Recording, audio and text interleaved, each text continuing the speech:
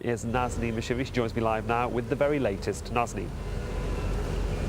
Well, that lead of one seat means that they are the biggest party and get to choose who they want to work with in a coalition. They have 3 months to decide. But the big story of the evening really was those big gains by Geert Wilders' party, the Freedom Party, 24 seats, which means a big proportion of people here have voted for his extreme far-right views. Well, joining me now to discuss this further is Esma Choho, a woman who wrote a book about how to survive as a Muslim in the West. Esma, just your reaction, first of all, to those gains by Geert Wilders' party. It is surprising because at first, in the election campaign, he did not have the economic issues in his political agenda, but he smartly connected these two points of migration and economic issues together, calculating how much migration costs, for example.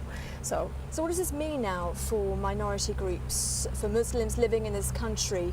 Do you think any of those proposals that he put forward will now be adopted? We do not know yet if he's going to govern. So that is the most important point. If he's going to govern, yes or no. He is going to be of great influence, directly or indirectly, though, because of this great gain of votes. So we're not sure yet. But the artificial segregation that he has put forward, like Dutch and non-Dutch, minorities and native Dutch, all of that, that is going to cause a lot of tension. So. Yeah.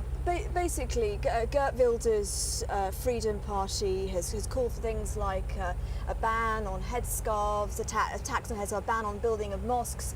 He doesn't want any more Muslims to come to the Netherlands, and in fact probably wants a lot of these Muslims who are already living here to leave the Netherlands.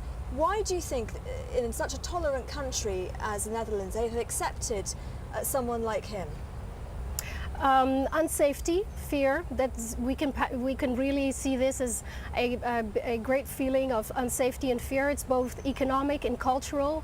Economic because of the recession, cultural because of migration, Europe, globalization, people not understanding all of these changes, and they feel fear and unsafe. And he's really streetwise, and you know, his style is very confronting and black and white, clear. So he's packaging this in a very safe way. Like if we go back to how it was, we will feel safe again.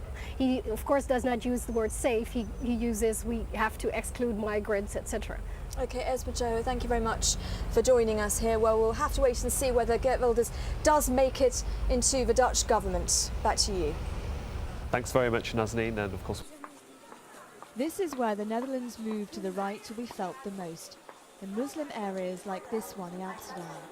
People here see themselves as Dutch and can't understand why so many of their fellow citizens back the far right and Geert Wilders.